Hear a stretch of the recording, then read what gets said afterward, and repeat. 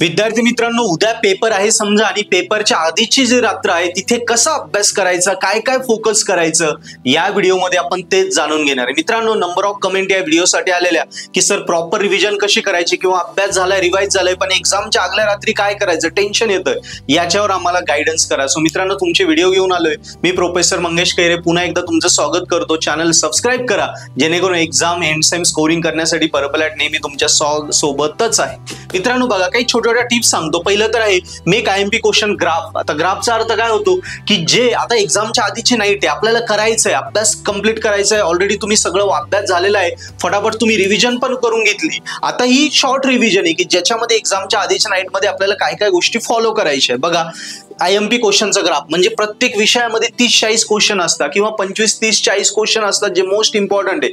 त्याच्यामध्ये पण एक ग्राफ तयार करा, म्हणजे एक उतरता क्रम लावा की कुठला सगळ्यात इम्पॉर्टंट आहे, मग कुठला थोडा इम्पॉर्टंट, थोडा ह्या प्रकारे त्याचा अभ्यास करा.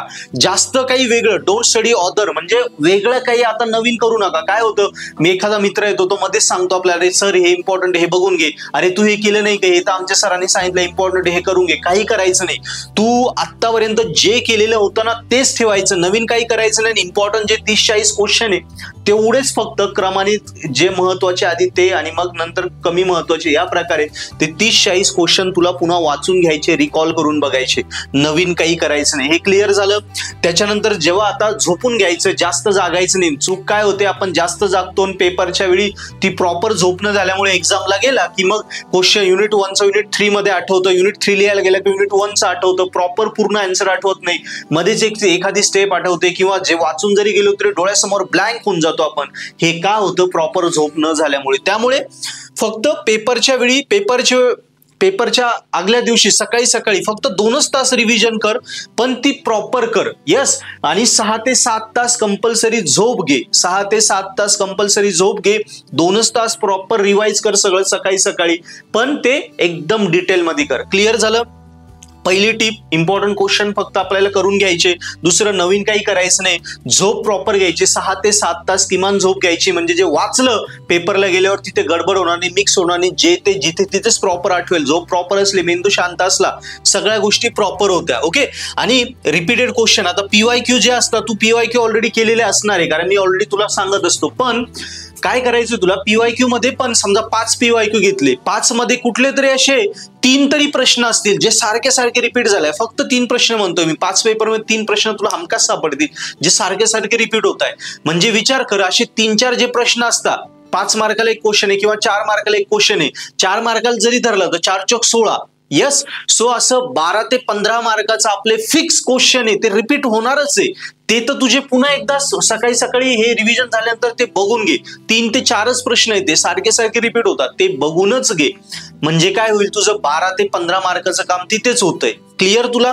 आणि शेवट राहिलं, सगळा हा अभ्यास झालाय आपला, रिवाइज झालाय. आता तू पेपरला जातोय, पेपरला गेल्यानंतर आपण जवळजवळ 1-2 तास आधी जातो. समजा 11ला पेपर आहे, तू 9ला गेला, 9:30ला गेला, तर तिथे शेवटचा जो 1 तास आहे तिथे आपल्या फ्रेंड सोबत डिस्कस कर, त्याला सांग, चर्चा कर त्या वेळेमध्ये. म्हणजे नवीन काही करायचं नाही, जे झालं तेच. अरे तू हा टॉपिक केला का, याच्यात काय होतं, काय नाही, मी असं केलं तसं केलं, याच्यात हे पॉइंट्स असं डिस्कस कर. त्या डिस्कसने ही रिव्हिजन संपली.